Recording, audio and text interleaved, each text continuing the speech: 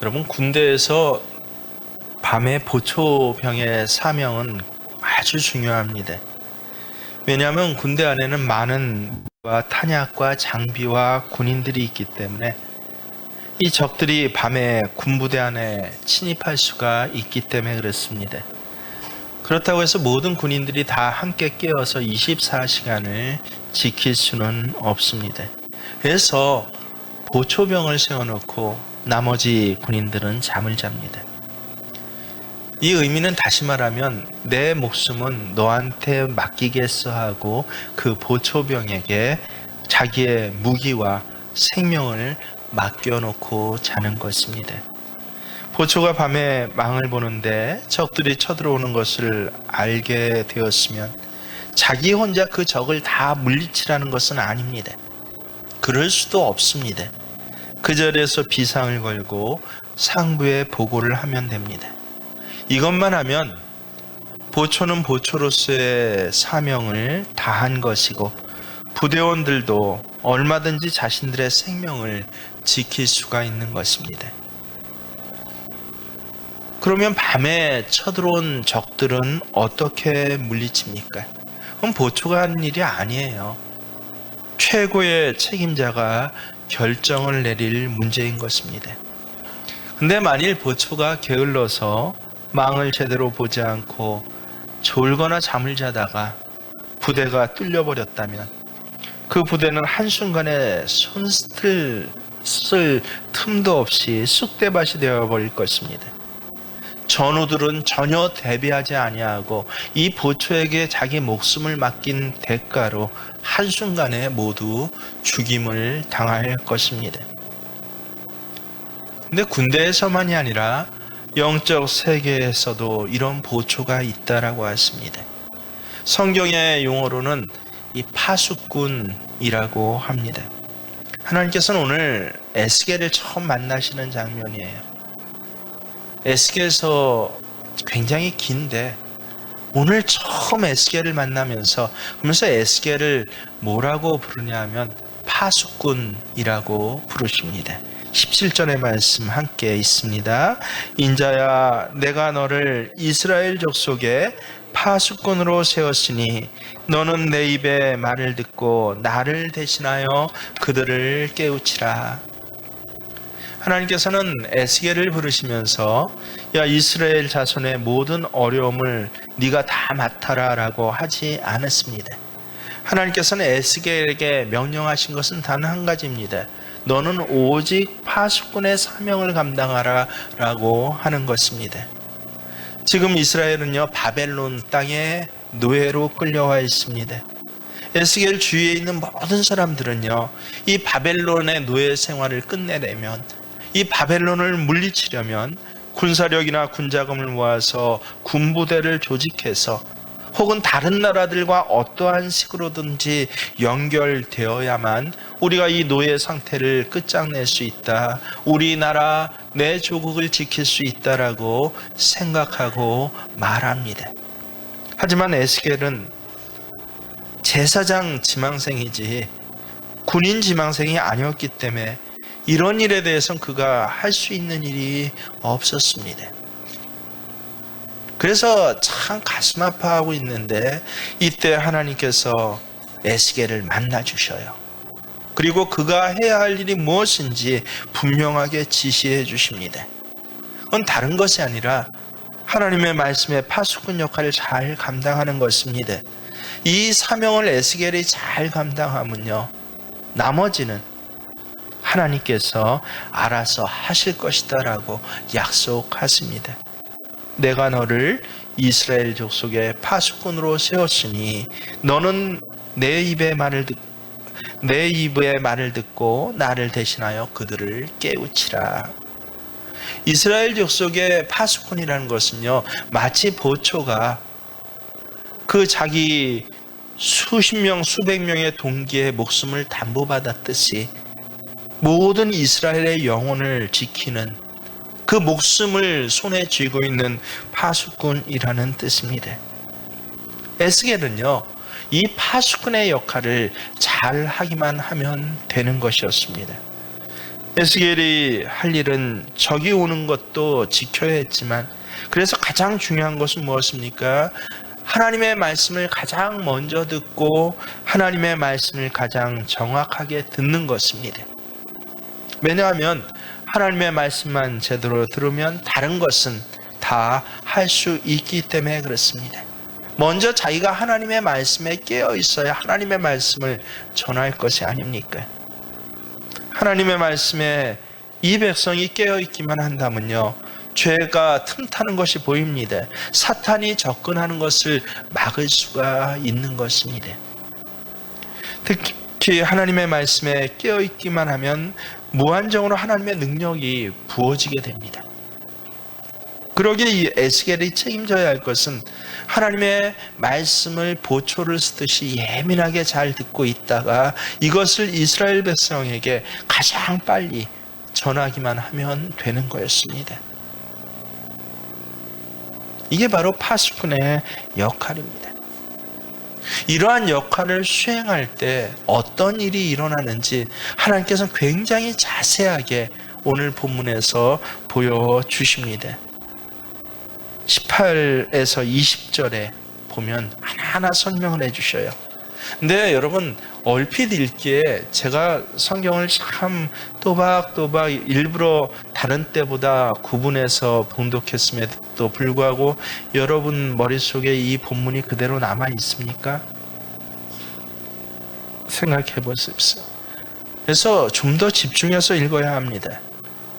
파수꾼의 사명을 감당하는 몇 가지 경우의 이야기를 하나님께서는 에스겔에게 아주 구체적으로 해주세요.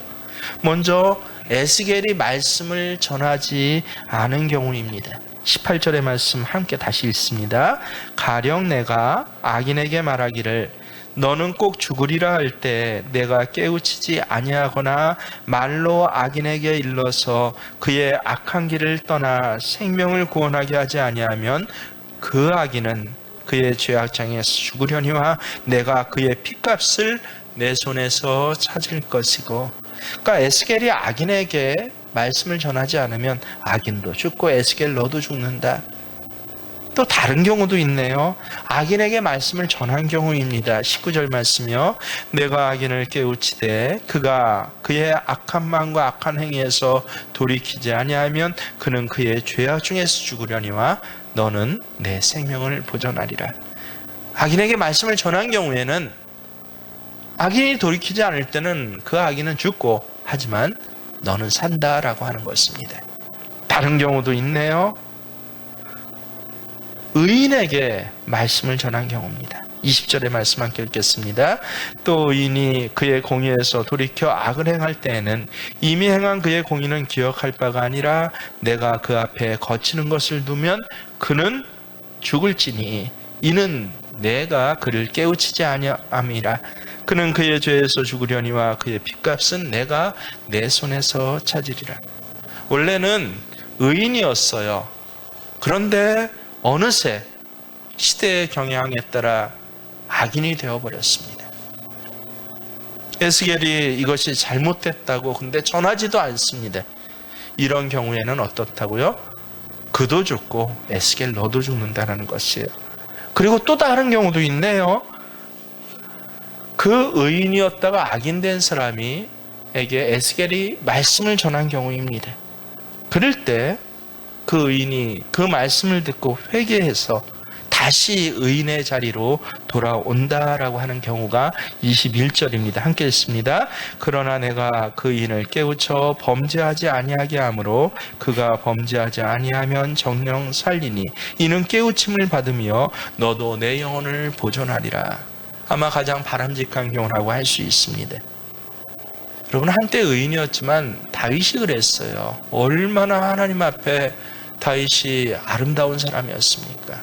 근데 아주 치명적인 범죄를 한 때가 있지 않습니까? 한두 번입니까? 사탄의 올무에, 정욕의 올무에 걸려 넘어졌습니다. 근데 에스겔이 전한 하나님의 말씀을 듣고 회개하여 다시 의인의 길로 돌아옵니다. 그럴 경우에는 그 사람도 살고 에스겔 너도 산다라고 하는 것입니다. 자, 이제 성경을 보지 말고 머릿속으로 한번 새겨보십시오.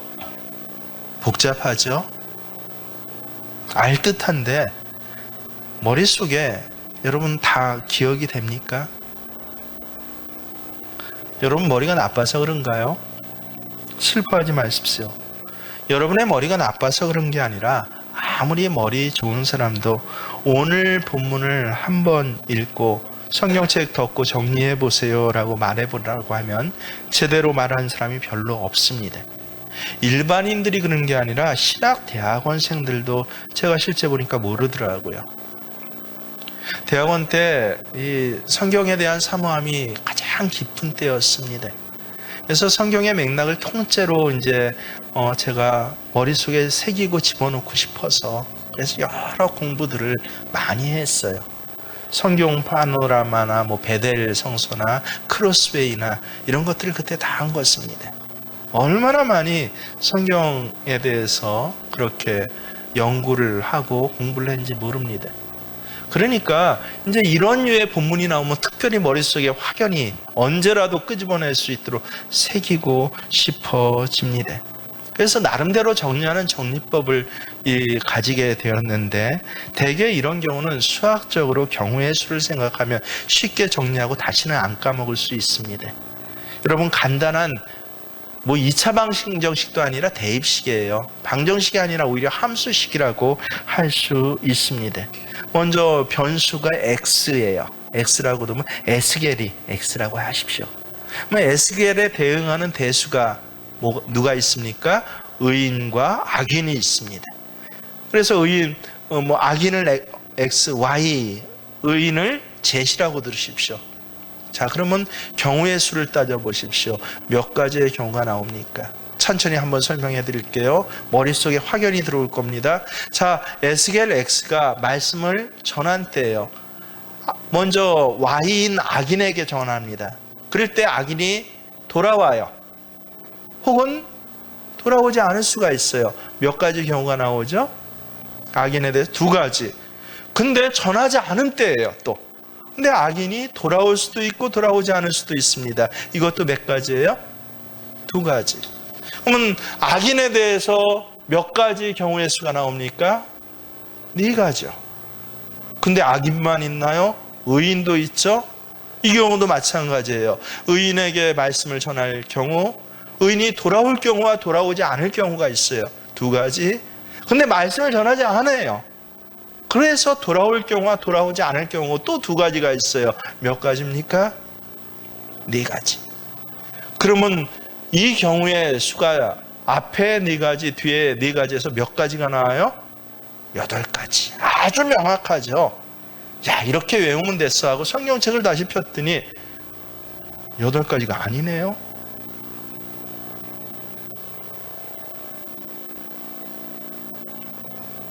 야, 이상하다. 하나님이 하나하나 세밀하게 말씀하시는데 왜 8가지가 아닐까? 지금이야 그때 당시에 성경책 읽고 머릿속에 기억하면 기억할 거지만 1년, 2년 흐른 후에라면 여러분 기억이 될까요? 기억 안 돼요. 나름대로 새겨야 됩니다. 그래서 이 본문을 새기기 위해서 며칠 고생을 했어요. 원어성서도 찾아보고 여러 가지 주석서도 찾아봤는데 읽으면 알겠어요. 근데 머릿속에 새겨지지가 않는 거예요. 분명히 경우의 수는 8가지인데 4가지밖에 말씀 안 하시는 거잖아요. 실제 현실적으로 형식적으로 보면 8가지 중에서 어떤 경우 4가지만 말씀하세요? 이거 기억하기가 쉽지 않은 것입니다. 당장은 기억해도 1년 뒤에는 어떨까요? 기억이 날까요? 기억 안 나요. 그래서 어렵다. 너무 어렵다. 여러분은 어떻습니까? 어렵지 않습니까? 도대체 그러면 8가지 경우의 수 중에서 4가지밖에 안 나오니 뭐가 빠졌습니까? 어디가 잘못됐습니까? 따져볼수록 복잡해져요. 나중에 제가 이 문제에 대해서 해결함을 받은 다음에 재미삼아서 대학원 동기들에게 퀴즈처럼 내보았습니다. 얼마나 공부 많이 하고 똑똑한 분들인지 몰라요. 뭐 적어도 다 저보다 학벌이 좋습니다. 제 동기의 25%가 서울대 대학 졸업하거나 대학원 석사까지 지냈던 사람들이에요. 나머지 또 동기 중에서 연대 고대 출신들이 수두룩합니다. 동기가 18명 있었는데요. 서울대 연고대만 해도 한 10명 가까이 됩니다. 얼마나 똑똑한 사람입니까? 그런데 이 본문 읽어주고 퀴즈처럼 닫고 얘기해 보시오 하니까 정확하게 이야기할 수 있는 사람이 한 사람도 없었어요. 그 똑똑한 사람들이요. 왜요? 저처럼 경우의 수 따져갖고 딱딱 머릿속에 공부하는 기억법에 아주 능통한 자들이에요. 근데 경우의 수로 몇 가지요라고요? 경우 따지면 8가지인데 하나님 정작 말씀하신 거를 굳이 따져보면 4가지밖에 안 되거든요. 그러니 제대로 정확하게 이야기한 사람이 정말 하나도 없었습니다. 얼마나 속으로 재밌었는지 이거 교수님들한테도 한번 시험해 볼까라고 그런 못된 마음이 생겼는데 차마 그렇게 하지 못했습니다. 하지만 너무 어렵습니다. 왜 이렇게 어려운가? 바로 경우의 수로 생각해서 그렇습니다.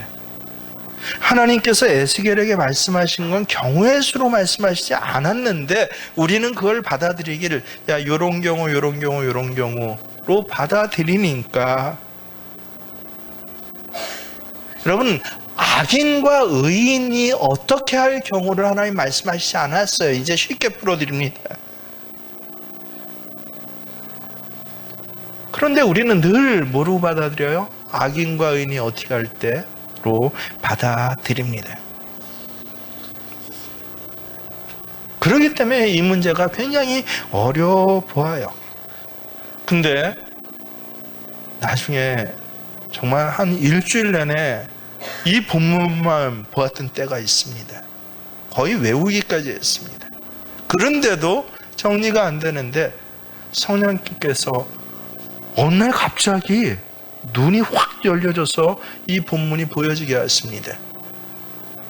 이 본문의 말씀은요, 의인이 어떻게 할 때, 악인이 어떻게 할 때, 그걸 얘기하시는 것이 아니에요. 에스겔에게 주신 말씀이지, 의인들을 대상으로 그들의 행동을 보고 나서 하신 말씀이 아니다라고 하는 것입니다. 누구한테 해당하는 말씀이에요? 에스겔에게 해당하는 말씀이에요. 의인과 악인이 어떻게 할지는 하나님께서 알아서 해주실 것입니다. 에스겔이 어떻게 해야 할지가 하나님에겐 중요한 것이에요.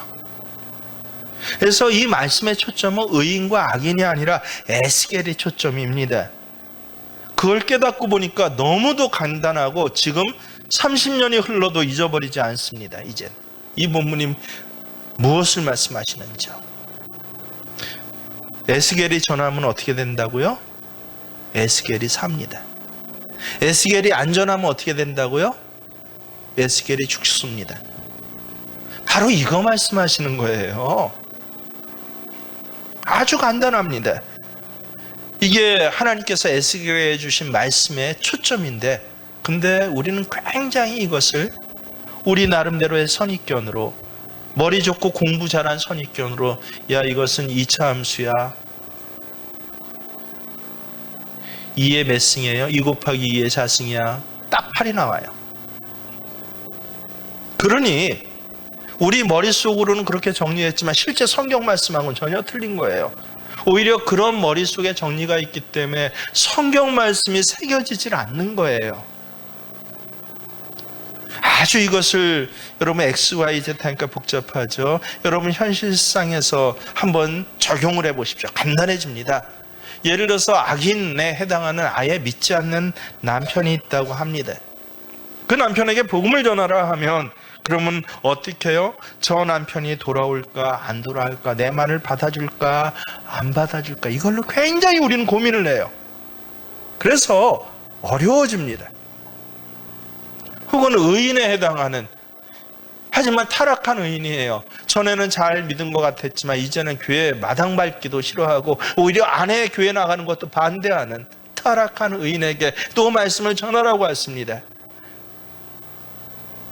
우리에게 그렇게 들려지잖아요. 내 남편에 대해서 생각해 보십시오. 어떻습니까? 그러면 또 우리는 속으로 뭐를 생각해요? 야, 저 남편이 화를 내진 않을까? 비아냥 거지는 않을까? 나 교회 나가는 것만은 봐줬는데 그것마저 못하게 하면 어떻게 하나? 예배 드릴 때는 앞을 집중하고 눈을 떠서 예배 드리십시오. 그래서 설교자를 바라보십시오. 그것뿐입니까? 거기에 모두 들어가요. 자기 자신의 형편과 감정까지 들어가요. 하나님, 나는 포기했습니다. 사랑도 식었습니다. 저런 사람 저러다 지옥 맛을 봐야죠. 지옥에 딱 어울리는 사람입니다. 말씀을 전하라고 하는데 하나님께서는요, 우리는 얼마나 많은 경우의 수가 많은지 그거 생각하고 있어요. 그래서 전도하지 않습니다. 그저 나 하나 턱걸이 하듯 신앙생활하는 거, 그것만 해도 헉헉거립니다. 이것만 해도 다인 줄 압니다. 하지만 오늘 에스겔을 처음 만나 주시면서 하나님께서 말씀하신 것이 무엇입니까? 네가 할 일은 경우의 수 따지고, 야, 적군은 어떻게 해야 돼? 저 사람이 반대하면 어떻게 해야 돼? 혹시 비아냥거리지 않을까? 내가 그것을 어떻게 막을 수 있을까? 이것 하라는 거 아니에요. 너 할 일은 뭐야? 파수꾼이야. 파수꾼이 할 일은 무엇입니까? 나머지 모든 것을 쌓아주고 결정 내리시는 것은 결정권자 사령관이 할 일이에요. 하나님께서 하실 일입니다. 나는 이런 것 저런 거 다 걱정하지 말고 오직 하나님 말씀에만 예민하게 반응하고요, 하나님 말씀대로만 행하라라고 하는 것입니다. 그러면 나머지는요, 하나님 알아서 해주신다라고 하시는 것이에요. 얼마나 분명한 말씀인지 몰라요. 어떤 경우에도 하나님 알아서 해주시겠다는 것이에요. 내 생각에 아무리 악인이라고 할지라도, 아무리 내 생각엔 차라리 지옥 가버렸으면 좋겠어라고 그렇게 실망스러운 가망 없는 사람이라고 할지라도 하나님이 말씀하시라고 하면 말씀을 전해야 합니다. 그럼 놀랍게도 하나님께서 그 악인을 처리해 주시겠다는 것이에요. 그 악인에게도 가능성이 있는 것입니다. 아무리 악인이라고 할지라도 하나님의 말씀을 듣고 깨우치고 회개하면 얼마든지 살 수 있는 길이 있기 때문에 그것 자체를 우리가 판단해서 입을 다물면 안 되는 것입니다. 초점 뭐예요? 그러면 그 책임을 누구한테 묻겠다? 너는 죽을 것이야. 이거예요. 의인 악인이 문제가 아닙니다. 전하지 않으면 너는 죽을 것이야 해요. 그가 어떻게 되었든지, 하나님 앞에 돌아왔든지 안 돌아왔든지 간에 그건 네 주관이 아니에요. 결론은 뭡니까? 아주 분명해요. 전하지 않으면 너는 죽을 것이야. 하지만 자기의 모양이, 자기의 감정이 어떻든지 간에요, 전하면, 야, 전해서 악인이 의인 되면 얼마나 좋습니까? 실족해서 넘어졌던 의인들이 다시 돌아오면 얼마나 좋습니까? 혹은 그렇지 못한 경우도 많이 있지 않습니까? 하지만 그것과는 상관없어요. 그것은 누가 행하실 일이에요? 하나님이 행하실 일이에요. 전하지 않으면 너는 죽을 것이고, 전하면 너는 살 것이다. 오늘 말씀은 경우의 수가 아니라 에스겔에게 주신 말씀이에요. 왜 이런 말씀을 주셨을까요? 에스겔이 전할 마음이 없었기 때문에 그래요. 폐역한 족속이에요.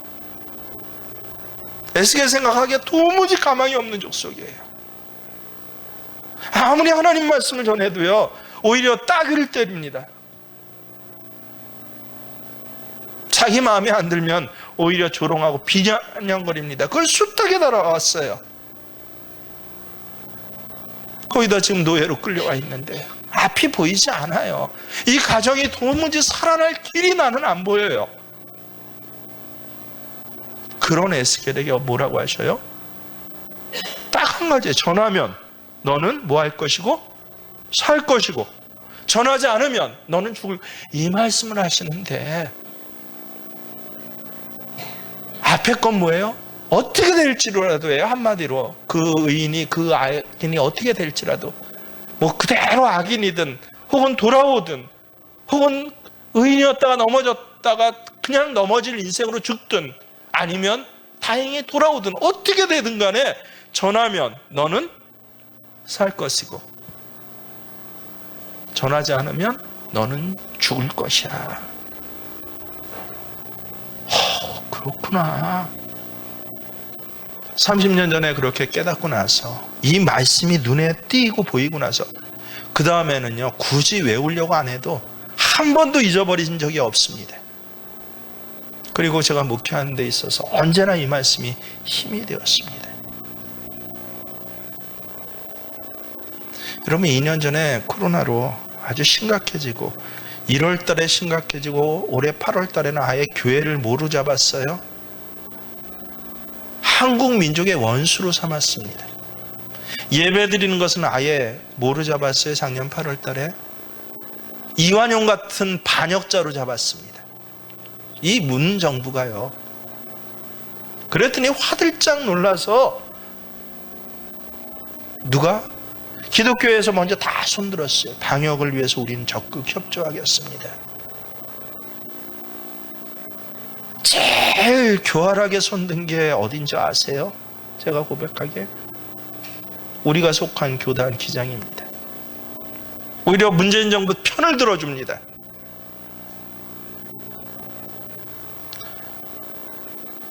여러분 아까 1% 좀 넘는다고 그랬죠? 한 1몇 프로 됩니다. 8%인가 됩니다. 우리는 기장교단에서 기장교회에서 한 번도 안 쉬고 예배드린 교회는 몇 교회나 된지 아십니까?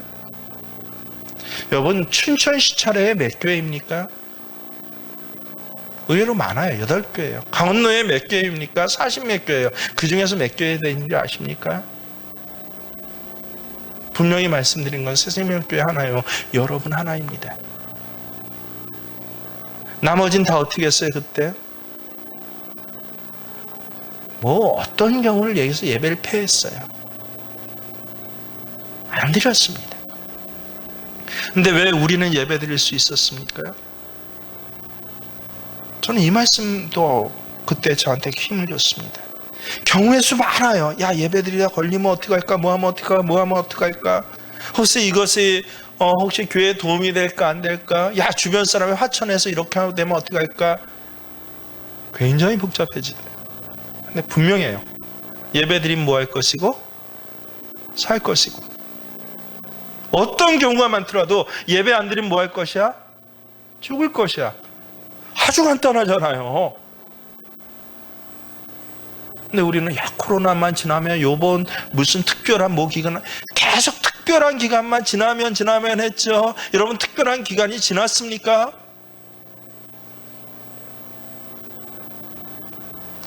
코로나가 없어졌어요? 나아졌습니까? 경우는 늘 발생합니다. 예배 시간에 말씀 집중해서 들으십시오. 자기 체질이라고 생각하고 변명하지 마십시오. 졸리면 일어나서 예배 드리십시오. 그래야 삽니다. 아주 분명하잖아요. 근데 많은 경우를 따져요. 심지어는 이런 말씀을 대예배 시간에 그런 설교를 하면 어떻게 합니까? 상처받는 사람이 있지 않을까요? 뭐 할지 않을까요? 아니요. 예배를 제대로 드리면 어떻게 해요? 삽니다. 예배 제대로 안 드리면 어떤 경우이든 죽습니다. 너무 간단한 말씀을 우리는 늘 뭐를 따져요? 경우의 수를 따집니다. 심지어는 가족의 영혼에 대해서도 그렇게 따져요. 이 자식들이 혹시 예배 드리라고 하면 오히려 성내지 않을까? 그나마 몇 번씩 찾아오는 것도 이제는 예배 드리라고 얘기하면 야 그거 듣기 싫어서 안 찾아오진 않을까? 그렇게 전도를 했어도 그렇게 예배 드리라고 했어도 얘는 틀렸어. 자기 스스로 포기를 해요. 근데 매년 우리 교회에서는 선생님을 취재하면서 요리조리 빠져나가려는 사람들을 아니 당신도 빠져나가서는 안 됩니다 하고 강제적으로 정말 싫어요. 그럴 때가. 그런데도 계속 그렇게 하네요. 전도카드만 해도 봐요. 원하는 사람만 써내면 되지 굳이 뭐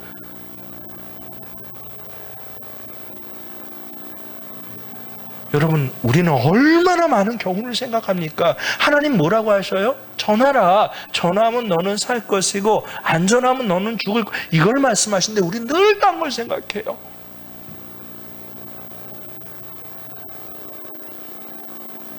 우리 하나님은요, 우리 형편을 고려하지 않으신 인색한 분이 아니세요. 우리 상황을 이해하지 못하는 냉랭한 분이 아니십니다. 왜 이렇게 전하라고 하십니까? 왜 그런지 오늘 하나님 말씀하신데 여러분 보이셔요? 그 말씀이? 바로 네가 살아야 하기 때문에 그렇습니다. 너는 살리라. 나를 너무 사랑하셔서 이렇게 어려운 가운데서도 예배드린 것만 해도 다행이지 뭐야 하고 비아냥거리는 사람 속에서도 하나님 내가 전도하겠습니다라고 고백하는 이런 사람들, 그 사람들이 어떻게 하길 원하세요? 살길 원하세요. 그래서 말씀하시는 것입니다. 여러분 적군이 무섭게 쳐들어옵니다. 감당할 수가 없습니다.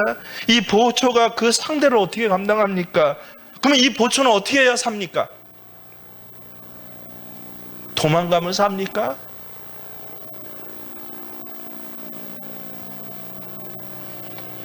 이 보초 파수꾼은요, 이 파수꾼이 살 수 있는 길은 하나밖에 없어요. 하나님의 말씀을 가지고 알람을 울리는 것이에요. 그러면 그것 하나가 유일하게 살 수 있는 길입니다.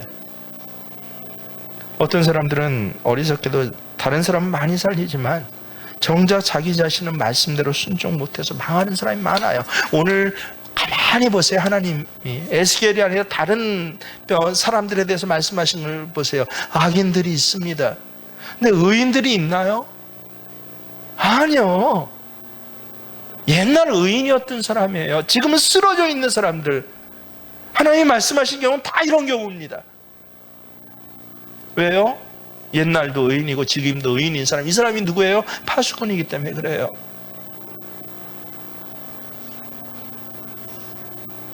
세상에는 쓰러진 의인은 악인입니까? 의인입니까? 여러분 말씀해 보세요. 악인이에요. 하나님 말씀에 대비해서 죄 가운데 넘어진 사람밖에 없어요. 아니면 파수꾼이 있을 뿐입니다. 여러분 무슨 식어진 신자, 뭐 정체된 신자 말씀하시죠? 오늘 하나님이 정체된 신자 얘기하십니까? 잠깐 쉬고 있는 믿음 이야기하십니까? 아니요. 악인 아니면 어떤 사람이에요? 의인이에요. 어떤 의인? 옛날은 의인이었는데 지금은 악인된 악인이죠. 근데 악인된 의인, 악인인데 근데 돌아올 사람이 있다. 저는 그 사람들이 내 아내였으면 좋겠습니다.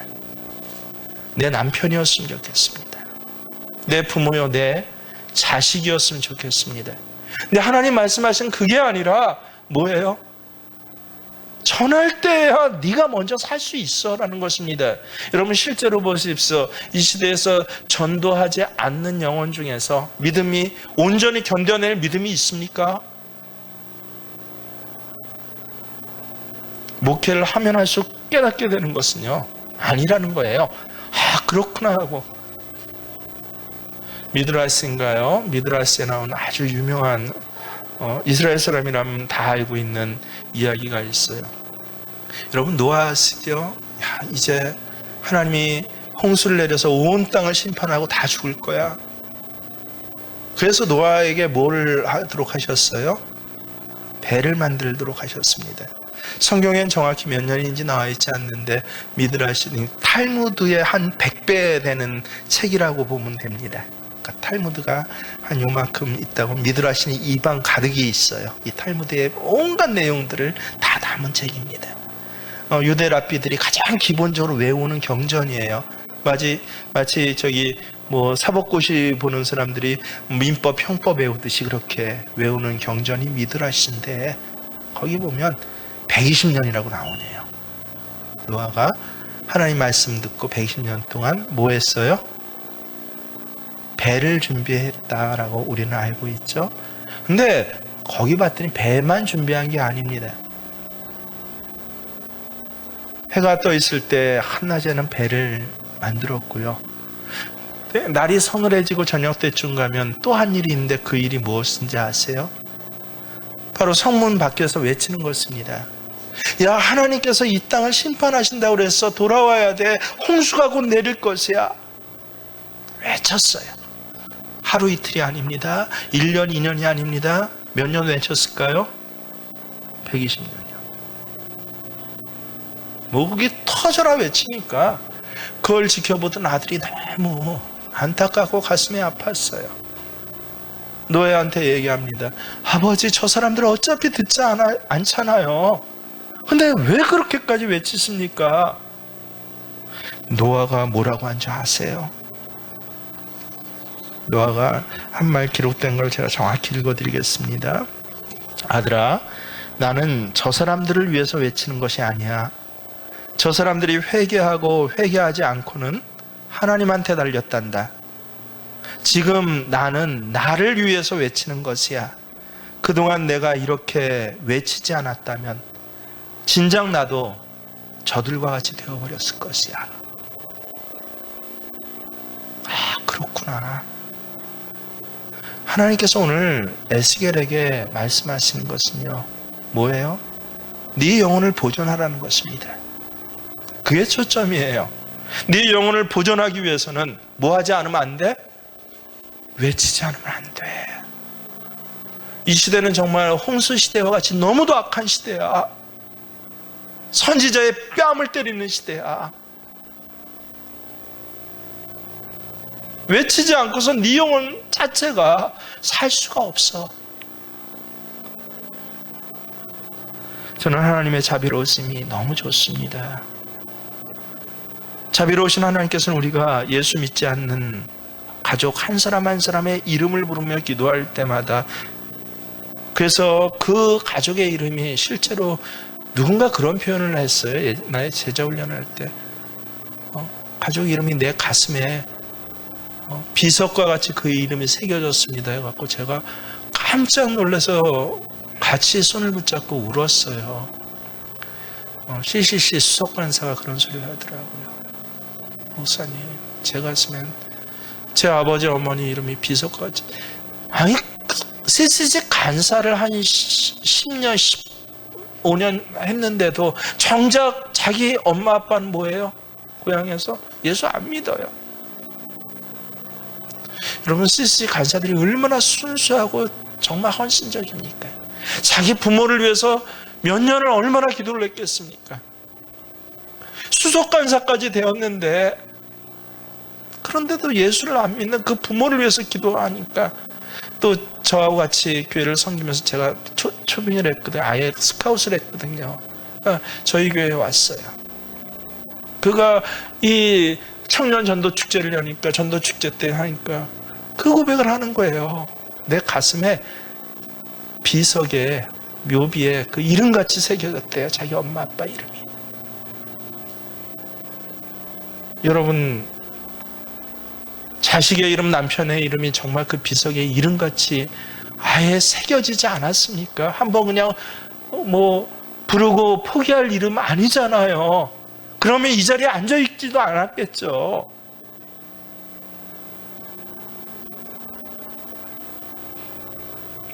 그렇게 아예 돌에 새겨진 이름처럼 가슴에 새겨져서 그 이름을 붙잡고 기도할 때 하나님께서는 반드시 어떻게 해주셔요? 구원해 주신다고 저는 믿습니다.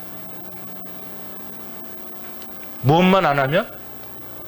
내가 혼자 스스로 포기만 안 하면요.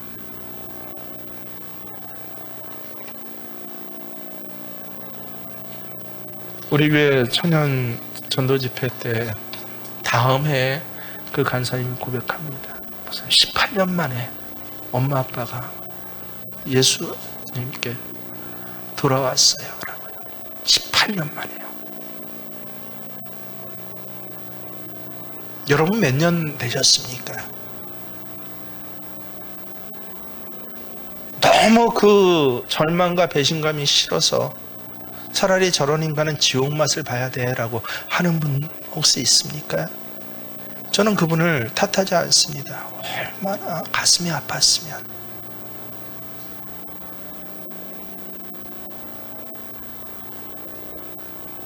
그런데 정말 중요한 것은 뭐예요? 그가 돌아오든 돌아오지 않든 그건 누구한테 달렸어요? 하나님께. 너는 뭐 해라? 전해야만 살 수 있어. 아니면 뭐 한다고 그래요?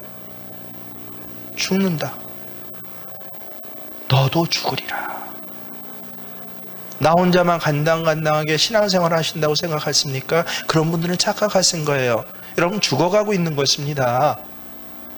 어쩌면 벌써 죽었을지도 모릅니다. 좀비와 같이 몸만 나와서 예배 자리에 앉아 있는지도 몰라요.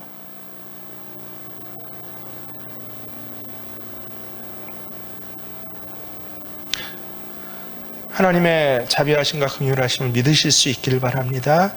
그래서 내가 전하면 적어도 노아와 같이 120년이 지날지라도 내 자신의 영혼을 위해서 포기하지 않고 전하면 하나님 반드시 그들을 살리십니다 라고 고백하시면서 오늘은 내 영혼이 살아나기 위해서 다시